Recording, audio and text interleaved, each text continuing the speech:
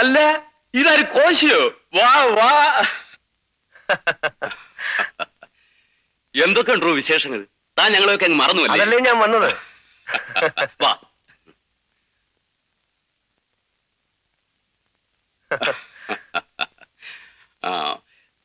തനിക്ക് ധൃതിയൊന്നുമില്ല? ഒരു ധൃതിയുമില്ല. 10 മണി cabinet meeting ഉണ്ട്. അത് കഴിഞ്ഞാൽ ഉടനെ എനിക്ക് എത്തിക്കോളാം.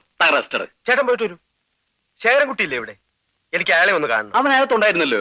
ശേഖരൻകുട്ടി, ശേഖരൻകുട്ടി. അല്ല, ഇത് ആര്? കോശിച്ചായന്. ഇത് എവിടെ ആയിരുന്നു ഇത്രയും നാളും? നിങ്ങൾ സംസാരിക്കേ, ഞാൻ പോയിട്ട് വരാം. കോശിച്ചായ, നമുക്ക് അകത്തിരുന്ന് സംസാരിക്കാം. ആയ കാലത്ത് ആളും അർത്ഥവും നൽകി ഞാൻ സഹായിച്ചിട്ടുണ്ട് ശേഖരൻകുട്ടിയുടെ അച്ഛനെ. അത് കോശിച്ചായൻ പറയണോ? ഇന്ന് ഞാൻ അല്പം ക്ഷീണത്തില. ഇതുവരെ ഞാൻ ഒന്നും തിരിച്ചു ചോദിച്ചിട്ടില്ല. ശേഖരൻകുട്ടി എന്നെ ഒന്ന് സഹായിക്കണം. പറയൂ കോശിച്ചായ, ഞാൻ എന്താ ചെയ്യേണ്ടത്? ശേഖരൻകുട്ടി, എനിക്കൊരു ബിസിനസ് പ്രപ്പോസൽ ഉണ്ട്. ഗഞ്ചാവ്, ബ്രൗൺ ഷുഗർ, ഹാഷിഷ്, ഹെറോയിൻ അന്താരാഷ്ട്ര വിപണികളുള്ള മയക്കുമരുന്നുകൾ. ഇവിടെ ഗഞ്ചാവ് സുലഭമായി കിട്ടും. അതിനെ ഹാഷിഷ് ആക്കാനുള്ള പ്രോസസ് എനിക്കറിയാം. 1 കിലോ ഹെറോയിന് ഇന്റർനാഷണൽ മാർക്കറ്റിൽ 4 ലക്ഷം രൂപ വില കിട്ടും. നമുക്ക് ചിലവ് 25,000 രൂപയും. 1 കിലോ സ്വർണം വിറ്റാൽ കിട്ടുന്ന ലാഭത്തെക്കാളും 200 ഇരട്ടി. സ്വാഭാവികമായും ലാഭം കൂടുമ്പോൾ റിസ്ക്കും കൂടും, ഒപ്പം ശത്രുക്കളും. അതുകൊണ്ട് പൊളിറ്റിക്കൽ പ്രൊട്ടക്ഷൻ ഇല്ലാതെ എനിക്ക് ഈ ബിസിനസ് ചെയ്യാൻ പറ്റില്ല. അതിന് എനിക്ക് ശേഖരൻകുട്ടിയുടെ സഹായം വേണം. അതുകൊണ്ട് ശേഖരൻകുട്ടിക്കുള്ള ഗുണം 50-50 ഇൻ റിസ്ക് ആൻഡ് കോസ്റ്റ്. പുതിയൊരു ഏർപ്പാടാ. എനിക്കൊന്ന് ആലോചിക്കണം കോശിച്ചായ. നോ, നമുക്ക് ഈ ബിസിനസ് വേണ്ട. എന്താ കാര്യം? Narcotics is a dirty business. സ്വർണമോ മറ്റുള്ള സാധനങ്ങൾ പോലെയല്ല മയക്കുമരുന്ന്. It's a killer drug. ആളെ കൊല്ലി. ലക്ഷക്കണക്കിന് ആളുകളുടെ ക്ഷാമം ഏൽക്കേണ്ടി വരും. എന്ത് ലാഭം കിട്ടിയാലും നമ്മൾ ഈ ബിസിനസ് ചെയ്യില്ല. കള്ളക്കടത്തുകാരനും കരിഞ്ചന്തക്കാരനും സമൂഹത്തോട് എന്ത് ബാധ്യതയാണുള്ളത്? എങ്ങനെയെങ്കിലും 10 കാശുണ്ടാക്കാൻ നേരത്താ അവന്റെ ഒരു ആദർശം. എങ്ങനെയെങ്കിലും കാശുണ്ടാക്കിയാൽ മതിയെങ്കിൽ നമുക്കൊരു കാര്യം ചെയ്യാം. മാമാ പണി ചെയ്യാം. ശരിയാ, ഡീസന്റ് കാര്യം. ഒരാൾ ഒരു പ്രപ്പോസലും കൊണ്ടുവന്നു, നിന്നോട് അഭിപ്രായം ചോദിച്ചു. നിനക്കിഷ്ടമില്ലാത്ത എനിക്കും വേണ്ട. എനിക്കല്ല, നമുക്ക് വേണ്ട.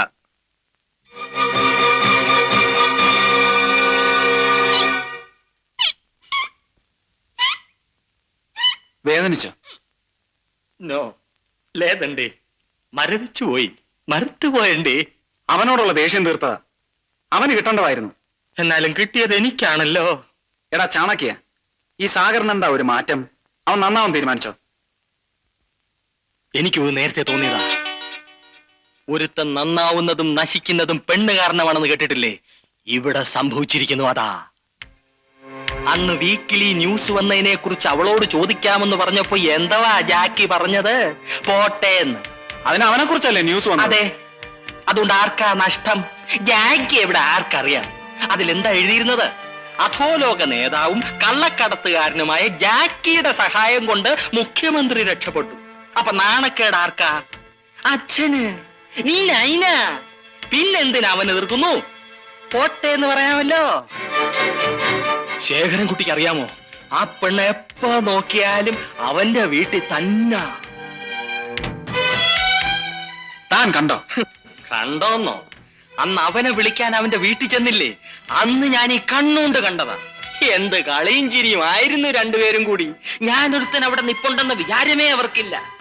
ശേഖരൻകുട്ടി, തനിക്ക് ശക്തിയേ ഉള്ളൂ, ബുദ്ധിയില്ല. അത് അവന്റെ കയ്യില്ല.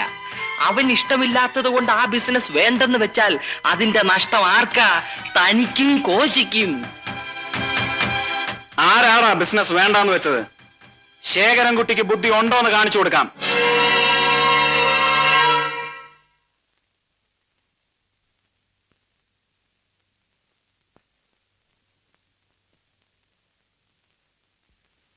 ലോറൻസ്, ഒരു ഗ്ലാസ് എടുക്ക. താനെന്താ വല്ലാതിരിക്കുന്നത്? എന്ത് പറ്റി? ചാകര വന്നോ? കസ്റ്റംസുകാര് വല്ല കുഴപ്പമുണ്ടാക്കിയോ? പിന്നെ എന്താന്ന് വെച്ചാ പറയൂ.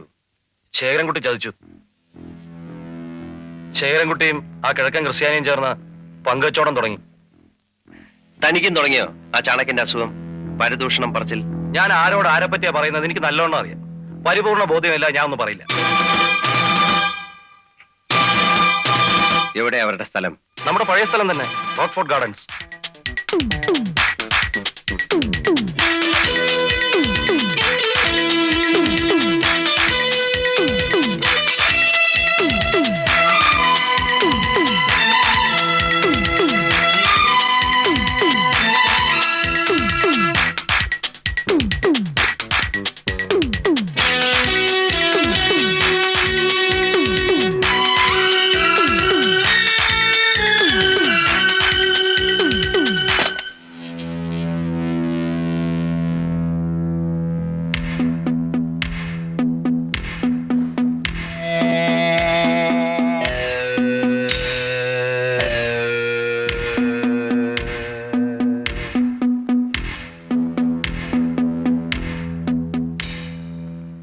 ഈ മീൻ്റെ അകത്തെ പണി കൊള്ളാലോ കോസ്റ്റേ. ഇനി എന്തെല്ലാം പണി കിടക്കുന്നു.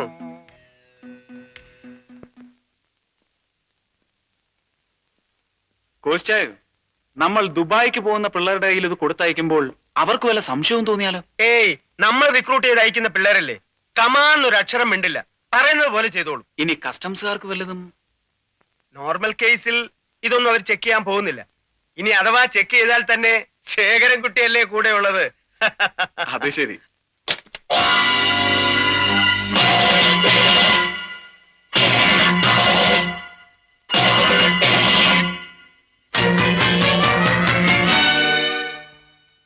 തീരെ പ്രതീക്ഷിച്ചില്ല അല്ലേ? എങ്ങനെയുണ്ട് പുതിയ പങ്കുവച്ചോടം? വഞ്ചനയും ചതിയും ഞാൻ വെച്ചു ഉറപ്പിക്കില്ല. ഇവിടെ ഒരു നിയമമേ ഉള്ളൂ, അത് നീ ആയിരുന്നാലും ശരി, ഞാനായിരുന്നാലും. നീ തന്നെ പറഞ്ഞ വാചകമാണിത്. പറഞ്ഞത് അബദ്ധമായി പോയെന്ന് ഇപ്പൊ തോന്നുന്നുണ്ട് അല്ലേ? ഞാൻ ആരെയും വഞ്ചിച്ചിട്ടില്ല, ചതിച്ചിട്ടുമില്ല. നിനക്കിഷ്ടമില്ലെന്ന് പറഞ്ഞോണ്ടല്ലേ? കഴിഞ്ഞ ദിവസം നമ്മൾ ഇതിനെക്കുറിച്ച് സംസാരിച്ചപ്പോ നീ എന്താ പറഞ്ഞത്? എനിക്കിഷ്ടമല്ലാത്തത് നിനക്കും വേണ്ടെന്ന് അല്ലേ? നട്ടലുള്ള ആണായിരുന്നെങ്കിൽ നീ അന്ന് പറയണമായിരുന്നു നീ ഇത് ചെയ്യുമെന്ന്. എനിക്കിപ്പോഴൊരു കാര്യം അറിയണം. നീ തുടങ്ങിയ പുതിയ ബിസിനസ് നിർത്താൻ തയ്യാറാണോ അല്ലയോ എന്ന്. നീ എന്നെ പേടിപ്പിക്കൊന്നും വേണ്ട. 4 കാശിന് വിലയില്ലായിരുന്ന നിന്നെ ജാക്കിയാക്കിയത് ഞാനാണ്. നീ ശേഖരൻകുട്ടിയെ ഒരു ചുക്കും ആക്കിയിട്ടില്ല. Don't try to boss me. നീ എന്റെ വലിയ സുഹൃത്താണെന്ന വിചാരം ഉണ്ടെങ്കിൽ അതം കളഞ്ഞേര്. You are only my business partner. ഇപ്പോഴെങ്കിലും പറഞ്ഞത് നന്നായി. നമുക്ക് പിരിയാം. Come on, we will part. ബുദ്ധിമുട്ടുണ്ട്. ഒരു സുപ്രഭാതത്തിൽ വന്ന് പാർട്ട്ണർഷിപ്പ് ചെയ്യണമെന്ന് പറഞ്ഞാൽ നടക്കില്ല. നടക്കണം, അല്ലെങ്കിൽ നടത്തും. ഇന്നു മുതൽ നിനക്ക് നിന്റെ വഴി, എനിക്ക് എന്റെ വഴി. Lawrence. Jackie, you will regret. 32 ചേരിക്കാരുടെയും ആ പത്രക്കാരി പെണ്ണിന്റെയും പിൻബലത്തിലാണ് നീ ഇതൊക്കെ പറയുന്നതെന്ന് എനിക്കറിയാം. നാളെ സൂര്യൻ ഉദിക്കുന്നതിന് മുമ്പ് അവർ നിന്നെ തള്ളിപ്പറയും. ശേഖരൻകുട്ടി, നീ മന്ത്രിയുടെ അല്ല ചക്രവർത്തിയുടെ മകനായാലും ശരി, നിന്റെ പെറുക്കിത്തരം നിന്നെ വിട്ടുപോകില്ല. I pity you bastard.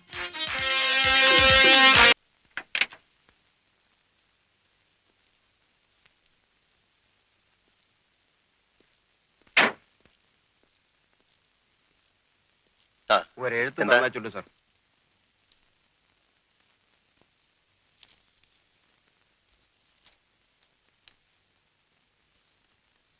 സാഗറിന് ഞാൻ ഈ എഴുത്തെഴുതുന്നത് പേടിച്ചു വിറച്ചുകൊണ്ടാണ്. ഇവിടെയുള്ളവർ ഓരോന്ന് പറയുന്നു. സാഗറും ശേഖരൻകുട്ടിയും തെറ്റിയെന്നും ഭയങ്കര വഴക്കാണെന്നും അയാൾ സാഗറിനെ ഉപദ്രവിക്കുന്നും മറ്റും. സാഗറിനെ അയാൾ... എനിക്കിവിടെ ഒരു മനസ്സമാധാനവും ഇല്ല. രാത്രി ഉറങ്ങാനേ കഴിയുന്നില്ല. എനിക്ക് സാഗറിനെ ഒന്ന് കാണണമെന്ന് തോന്നി. അതുകൊണ്ടാ എഴുത്തു കൊടുത്തയച്ചത്. കണ്ടില്ലേ, ഇപ്പൊ മനസ്സമാധാനമായില്ലേ? ആദ്യമായിട്ടാ എന്റെ കാമുകി എനിക്കൊരു കത്തെഴുതുന്നത്. പക്ഷേ ഉള്ളടക്കം മോശമായി പോയി. അല്ല, ഇങ്ങനെയാണോ ഒരു കാമുകി കത്തെഴുതുന്നത് എന്ന് ചോദിച്ചു പോയതാ. ജ്യോതി, നീ എന്തിനാ അവരും പറയുന്ന കേട്ട് വിഷമിക്കുന്നത്?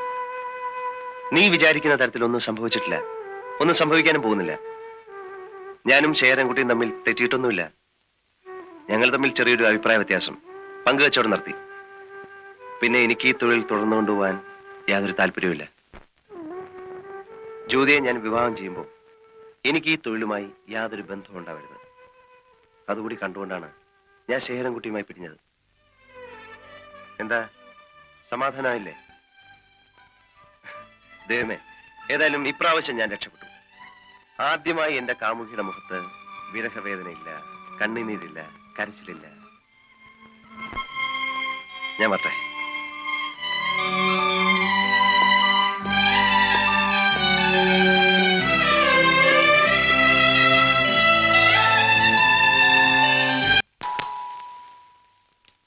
Yes.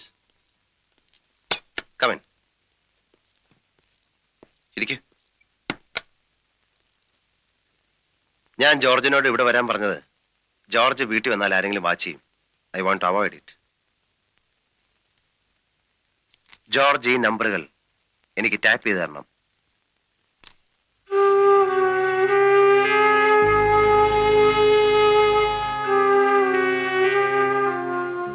ഇതിൽ സി എമ്മിന്റെ റെസിഡൻസ് നമ്പർ ഉണ്ടല്ലോ. ഉണ്ട്. ശേഖരൻകുട്ടി അവിടെയാണ് താമസിക്കുന്നത്. സി എമ്മിന്റെ പൊളിറ്റിക്സിലോ പേഴ്സണൽ കാര്യങ്ങളിലോ എനിക്ക് താല്പര്യമില്ല. ശേഖരൻകുട്ടിയുടെ ബിസിനസ്സിലും എനിക്ക് താല്പര്യമില്ല. എനിക്കെതിരായി എന്തെങ്കിലും നീക്കം ഉണ്ടായാൽ എനിക്കത് അറിയണം, അത്രേ ഉള്ളൂ. എന്താ ജോർജിന് ബുദ്ധിമുട്ടുണ്ടോ? ഇതിനു മുമ്പും ചെയ്തിട്ടുള്ളതല്ലേ?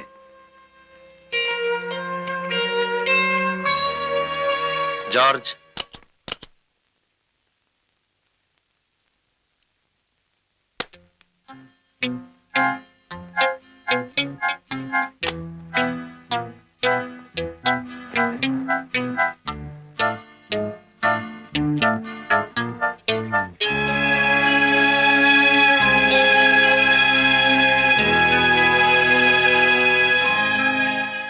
ജോർജിന് അത്ര ബുദ്ധിമുട്ടാണെങ്കിൽ വേണ്ട.